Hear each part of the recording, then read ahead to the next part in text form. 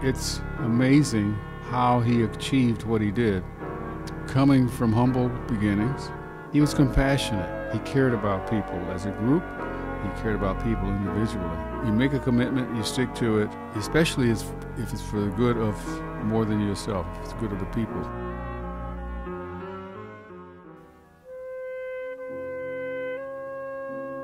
Trying to write music to describe a person. Well, this person, of course, being Abraham Lincoln. And the most obvious thing that comes to your mind are the political things that he did. So I tried to get to know the man, if you will. I tried to read between the lines, try to feel what he felt.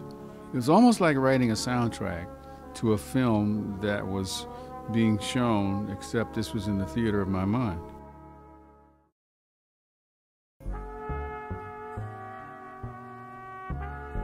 Just before I started writing the final movement, Obama declared himself, and not only did he declare himself, but he became the 44th President of the United States.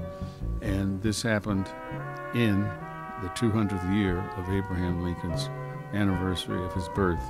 And I thought that would be the way. And so I wrote a theme, a song, in fact, called Obama's Theme, Hope. And I think history will show that that's one word that can be a common denominator when you think of both Abraham Lincoln and Barack Obama.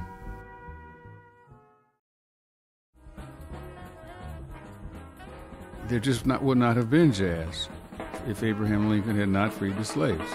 I think if slavery had gone on any longer, and no telling what history would have told us, but this music called jazz is a culmination of what Africans brought over, eventually African Americans, and it was coupled, of course, with European harmonies and the European classical music influences. I don't think that the two musics of two people, slaves and the slaves' masters, would have mixed, would have come together, would have married to form what we call now jazz.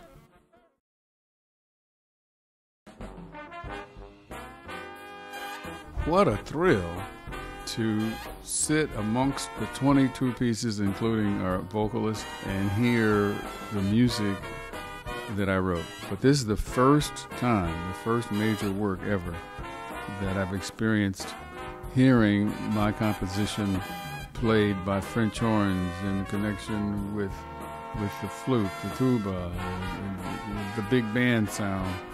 And I must give credit to Scott Hall for his orchestrations. I wrote the music. Scott and I talked for many hours on the sound we wanted. And I think the sound is unlike any other sound that I've heard. And to hear my music interpreted by this band is simply thrilling.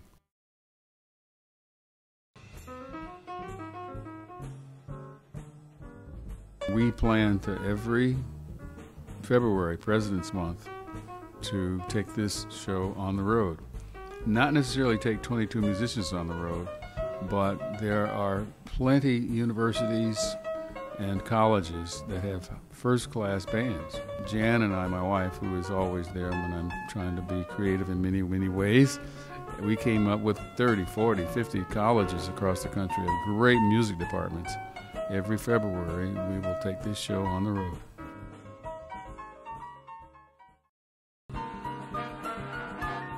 From the moment I started writing, now over a year ago, until I heard the first rehearsal, I didn't have any idea. Well, I had some idea how it was going to turn out, but in your head, it's one way. But when you go to the first rehearsal and you hear the music actually played by the musicians, and of course, when a musician plays a note, his personality, her personality, is involved in the interpretation of the music, and it was simply thrilling, and I'm just overwhelmed with joy the way it turned out.